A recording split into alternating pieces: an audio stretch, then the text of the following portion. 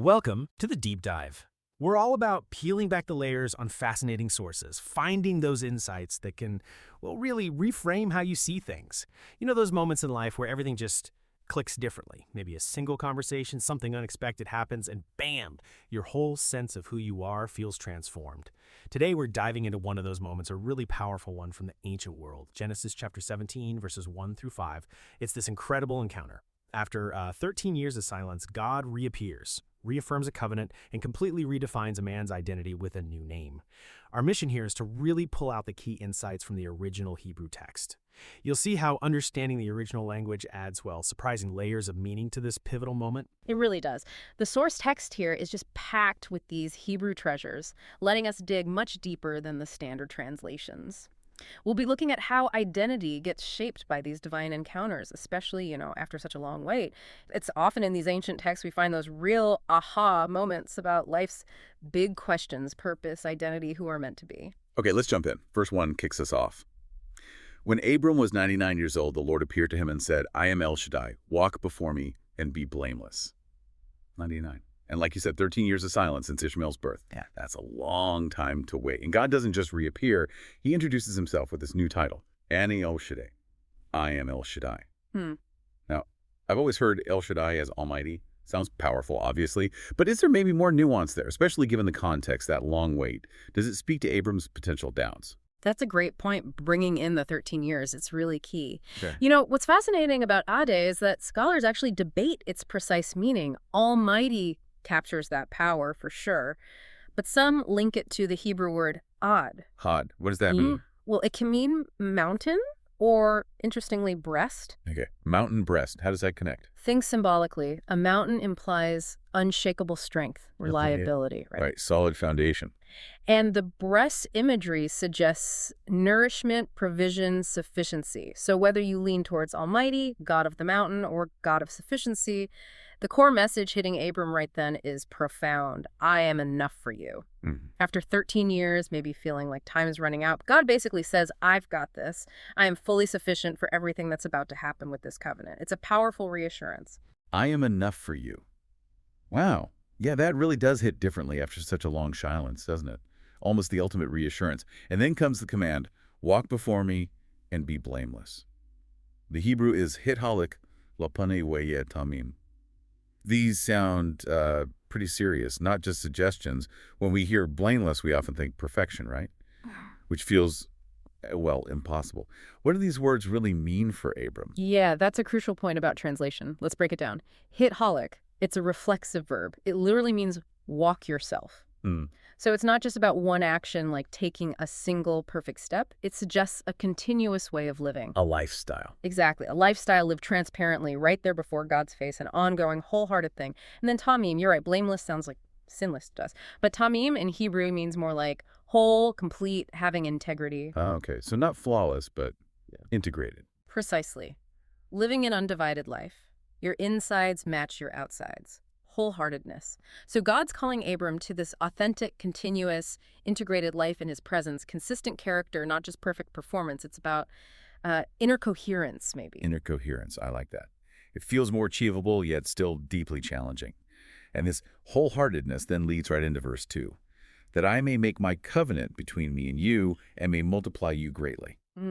So this divine appearance, this revelation of El-Shaddai, it has a clear purpose, the covenant. What kind of covenant are we talking about here? Is this like a negotiation? Does Abram get to, state his terms? Well, this is where the Hebrew verb choice is really eliminating. The word for make in make my covenant is vedena. And it comes from the root natan, which means to give. To give, not make as in construct together. Exactly. God isn't saying, okay, Abram, let's hammer out a deal. He's saying, I give my covenant to you. This puts all the emphasis on grace, on it being a gift, sheer generosity. It's not a bargain Abram earns or qualifies for.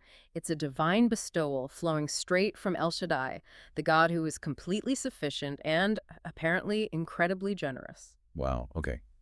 Giving versus negotiating, that shifts the whole dynamic, doesn't it? Yeah. So if it's a gift, what does that mean for Abram's side of things? Does he still have responsibilities? Oh, absolutely. A gift doesn't mean no responsibility. Think about it. If someone gives you something truly precious, you don't just toss it aside. Right, you cherish it, take care of it. Exactly. So Abram's response isn't about earning it, but about living into that gift. His part, the walk before me and be whole, hit halik lipanewa hitomim, becomes less like fulfilling contractual obligation. More like a grateful response, an appreciative, integrated walk with the giver.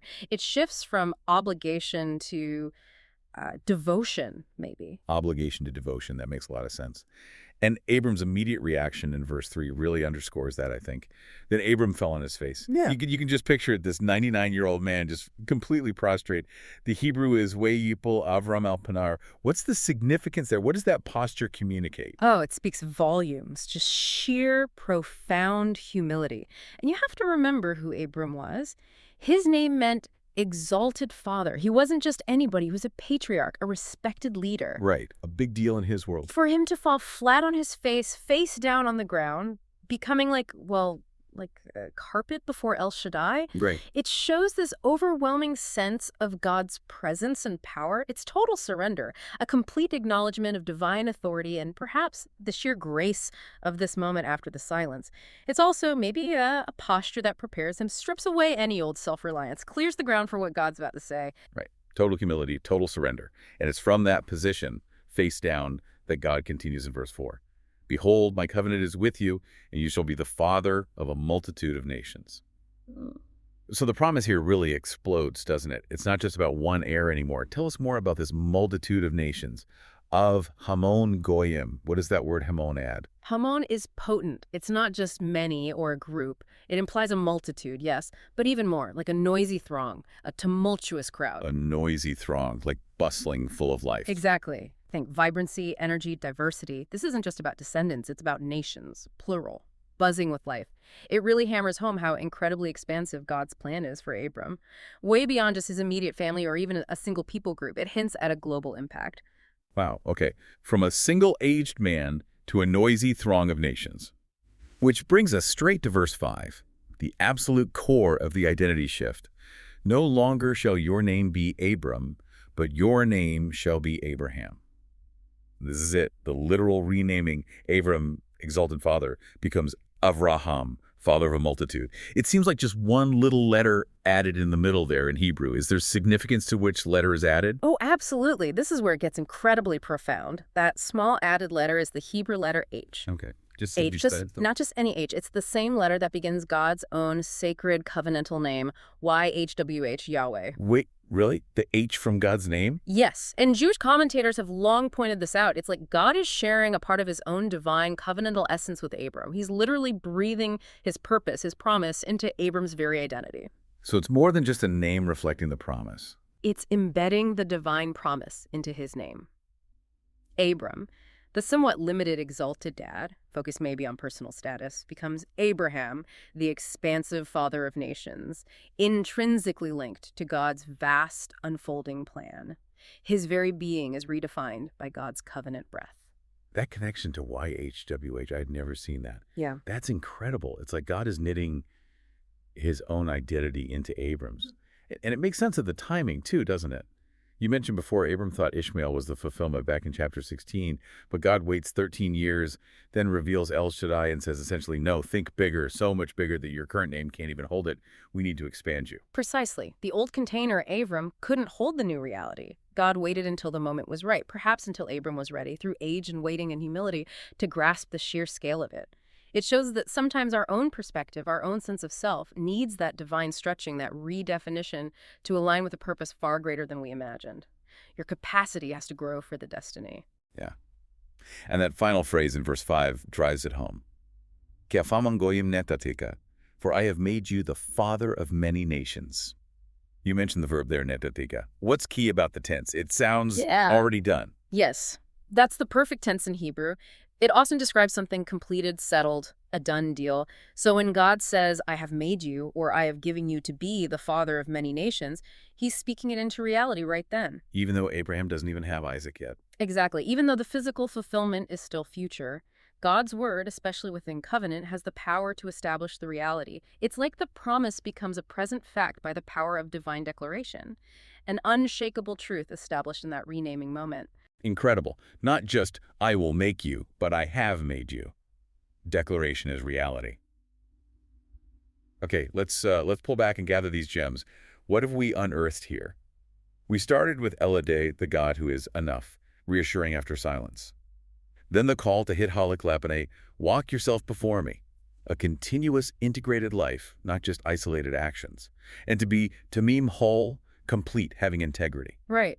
And the covenant itself, Velana I give it, emphasizing grace, not negotiation. Then the promise expands dramatically to Is Hamon Goyim, father of a noisy multitude of nations. And the core transformation, Avram becomes Avram, with that added 8 from God's own name, embedding divine purpose. Yeah, changing exalted father to the father of a multitude. And finally, Nateka, I have made you, the perfect tense declaring the future promise as a present reality. It's amazing how much depth is packed in just these few verses when you look at the Hebrew. It really paints a picture, doesn't it? Divine sufficiency, El-Shaddai meeting human destiny and completely reshaping it through covenant. God doesn't just make promises.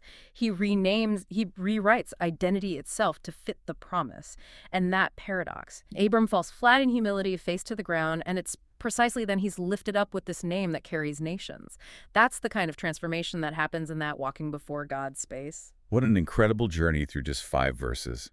It really shows you the power packed into a single divine encounter, how identity can be utterly redefined, and how humility can open the door to such an expansive vision. It definitely pushes us to think beyond maybe our own perceived limits. And that brings us to a final thought, something for you, our listeners, to maybe chew on. What does it mean for us today when our own sense of identity feels maybe too small for a potential or purpose we feel nudged towards?